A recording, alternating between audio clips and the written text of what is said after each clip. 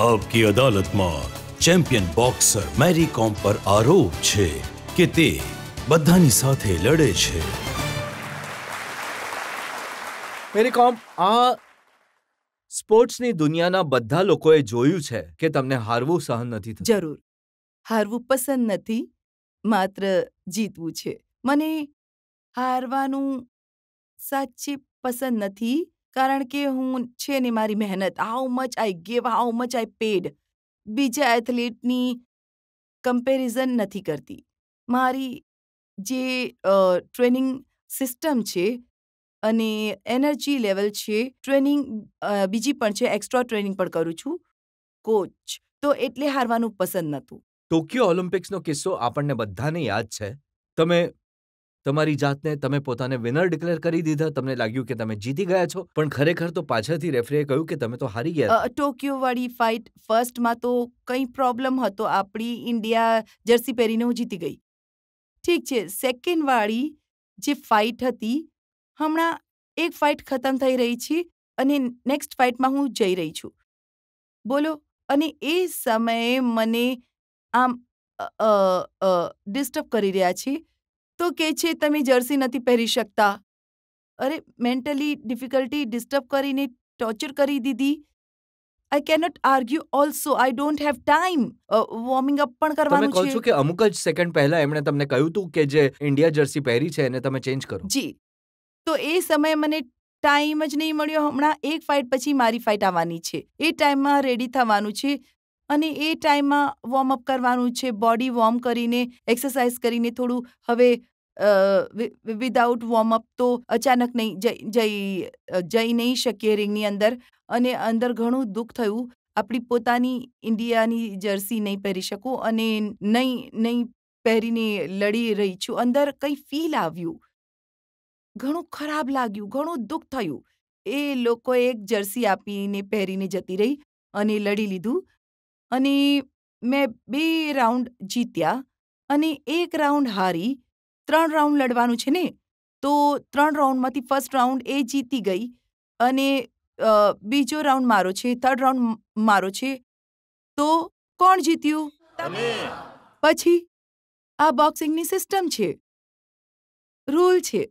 અને કઈ રીતે હરાવી મને પણ સમજ નહીં પડી. હું તો જીતી ગઈ હતી એટલે વિક્ટરી કરીને હાથ ઉચક્યો, એવું જ કર્યું હતું. અને પછી અનાઉન્સ જે કર્યું, વિનર અનાઉન્સ કર્યા, મને કંઈ નહીં સંભળાયું, કેમ કે ત્યાં ક્રાઉડના નોઇઝને કારણે સંભળાતું નહોતું. હું તો મારા 2 રાઉન્ડ જીતી લીધા, તો હું જીતી ગઈ એમ લાગ્યું. પછી રિંગના નીચે ઉતર્યા પછી મને ખબર પડી તમે તો હાર્યા છો. ત્યારે પછી તો આખું મન, દિલ એટલું તૂટી ગયું ને, શું કહું. 3 દિવસ મેં કંઈ ખાધું નહીં, નહીં પીધું. આટલું બધું જે મેં ટ્રેનિંગમાં, આટલું pain, double hard, triple hard training જે કરી. પણ જમશેદપુરમાં તમને લાગ્યું કે જજીસે જે નિર્ણય આપ્યો છે એ યોગ્ય નથી અને તમે એમની સાથે લડવા માટે પહોંચી ગયા. તમને હાર સહન જ નથી થતી. જો જમશેદપુરમાં જે પણ થયો ઇન્સિડન્ટ, હું કહું છું, નેશનલમાં જે ચીફ કોચ છે અનુપ કુમાર છે ને, અને જે છોકરી છે પિંકી, હરિયાણાની છે, પિંકી ઝંગરા, એ અમને લોકોને દુશ્મન સમજે છે. રિંગમાં દુશ્મન છો. રિંગમાં એ પણ જીતવા ઈચ્છે છે, હું પણ જીતવા ઈચ્છું છું. એ ભાઈ પણ લડશે, બેન પણ લડશે ને રિંગની અંદર તો.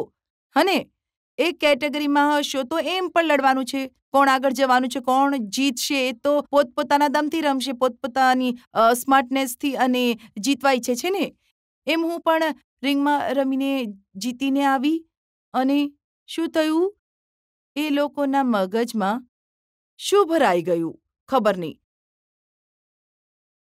હરિયાણા, મણિપુર, આ દિલ્હી, આ પંજાબ અને યુપી એમ કરીને દુશ્મન બનાવ્યા. આ કયા પ્રકારની ગેમ છે ખબર નહીં. ગ્રુપ બને છે અને અમને સાઇડલાઇન કરી દે છે. ઠીક છે, હું સાચું કહી રહી છું, ઘણું સહન કર્યું, પણ હું ટ્રેનિંગ મહેનત કરતી રહી. જે પણ કૂતરા જેવા અમને લોકોને ટ્રેનિંગ આપી છે. અરે ક્વોલિફાઈડ પણ નથી કોચ.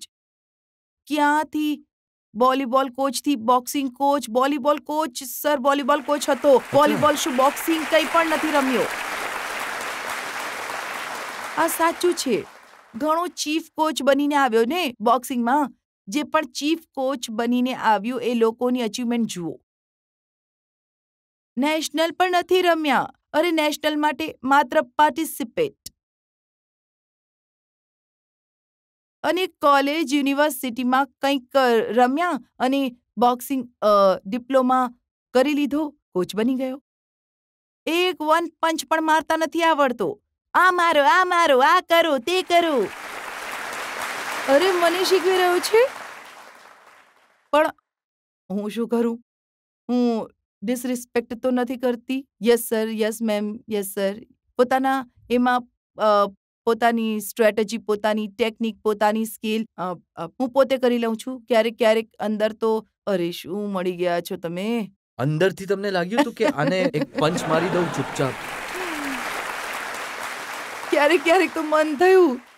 ક્યારેક તો મનમાં એવું આવ્યું કે એનું મોઢું તોડી નાખો, શું વધારે બોલી રહ્યો છે.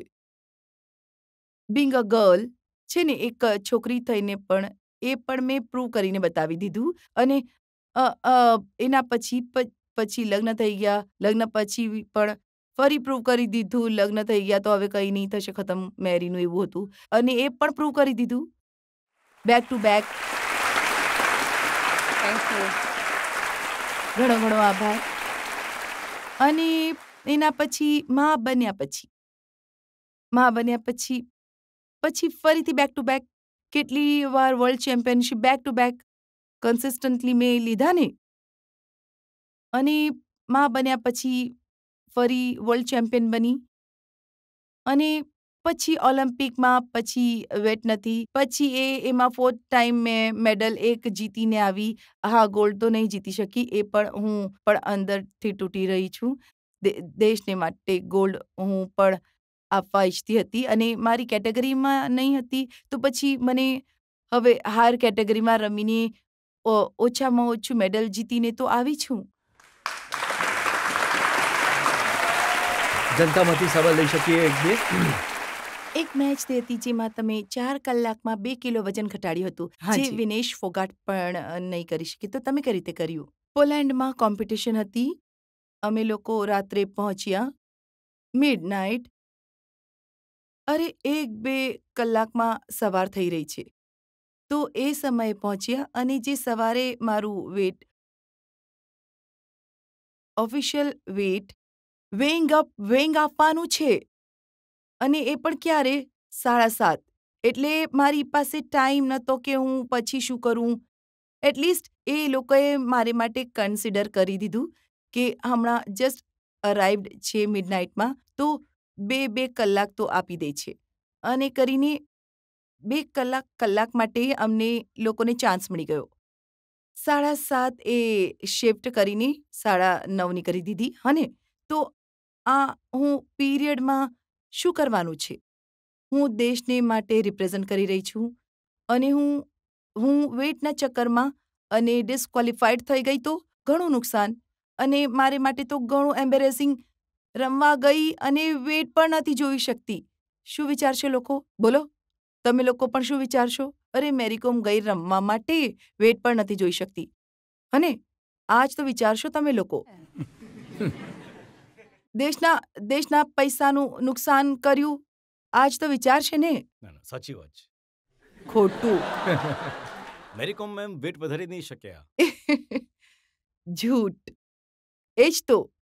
આજ તો મનમાં અમે લોકોએ શું ફેસ કર્યું નથી કર્યું તમને નથી ખબર. ઠીક છે, પણ હું તો એવી નથી જેમ કે કોનું નામ બોલ્યા હતા? વિનેશ. મને બોલવામાં પણ સારું નથી લાગતું, એટલે તમારા મોઢે હું એવી નથી. ઠીક છે, હું અલગ એથ્લીટ છું. જેમ કે બીજા એથ્લીટ જેવી નથી. આઈ એમ વેરી યુનિક.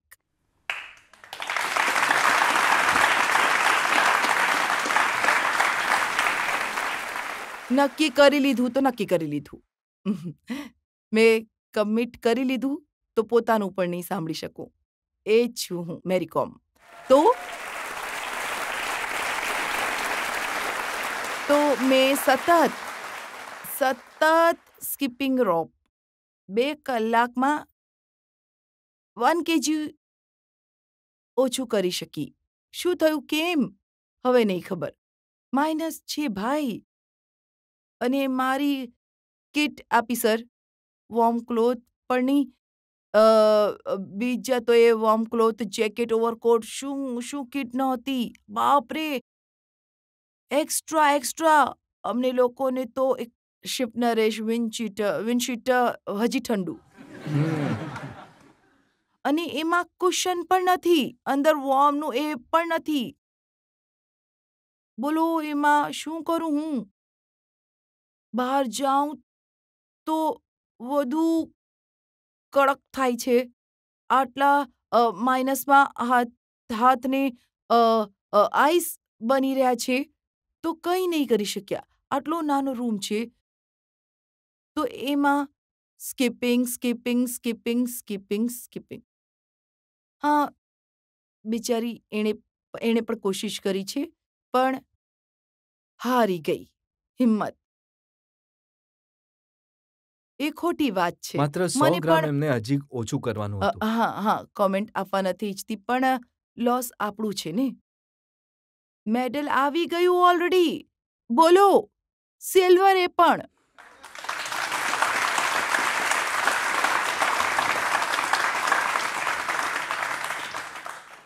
આપણા હાથમાંથી છૂટી જશે તો પછી કોને સારું લાગશે? હું તો કરીશ, નહીં કરીશ તો બધું છોડી દઈશ. તમે કહો છો કે જો ડિટર્મિનેશન હોય, કરવું હોય તો કરી શકીએ છીએ, કેવી પણ સિચ્યુએશન હોય, અને કન્ટ્રી માટે મેડલ જીતવું એ વધારે જરૂરી છે, બાકી વસ્તુઓ નહીં. એક્ઝેક્ટલી. મેં સાંભળ્યું છે કે તમે આજના ટાઈમે પણ ટ્રેનિંગ કરો છો, તો તમે રોજ કેટલા કલાકની ટ્રેનિંગ કરો છો? રોજ તો નથી કરી શકતી હમણાં. થોડું દેખાયું હશે, જોયું હશે તમે. થોડું પુટ ઓન વેટ. મેં થોડું વેટ ગેઇન કર્યું છે, પણ મારે માટે એ ઘટાડવું સહેલું છે અને વધારે ટાઈમ નહીં લાગશે. એક દિવસમાં, હમણાં સવારે જોશો ને, ટ્રેનિંગ કરીશ અને કઈ રીતે ટ્રાન્સફોર્મ કરું છું. મેમ, તમારાથી ઇન્સ્પાયર થઈને અમે પણ ટ્રેનિંગ કરીએ છીએ. Very nice. શું તમે અમને થોડા 2-3 મેજિકલ પંચેસ શીખવશો? Oh, please ma'am. આવા ડ્રેસમાં? મેમ, અમે ગ્લવ્સ પણ સાથે લાવ્યા છીએ. એ હવે ગ્લવ્સ લઈને આવ્યા છો? Yes sir. ઓહો. આવો, આવી જાઓ. સર, લાવો. હા, હજુ સુધી તમે લોકોએ નહીં જોયું હશે મેરી કોમની રિયલ. અને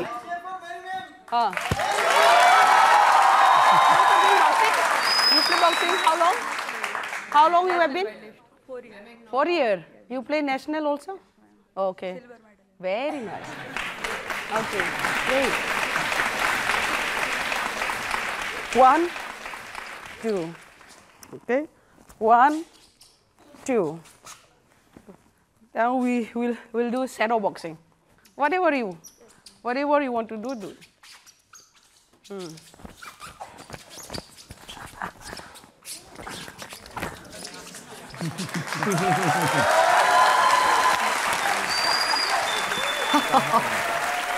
થોડું ટચિંગ કરીએ. બે સાથે એ નથી લડતી, એટલે એક અપોનન્ટ છે ને, માત્ર એક સાથે જ લડી શકે છે. તો ચાલો. મેમ, તમે બંનેને મારી શકો છો. હા, આમ મારું કે પછી આ રીતે મારું? તમે પણ કમાલ કરો છો યાર.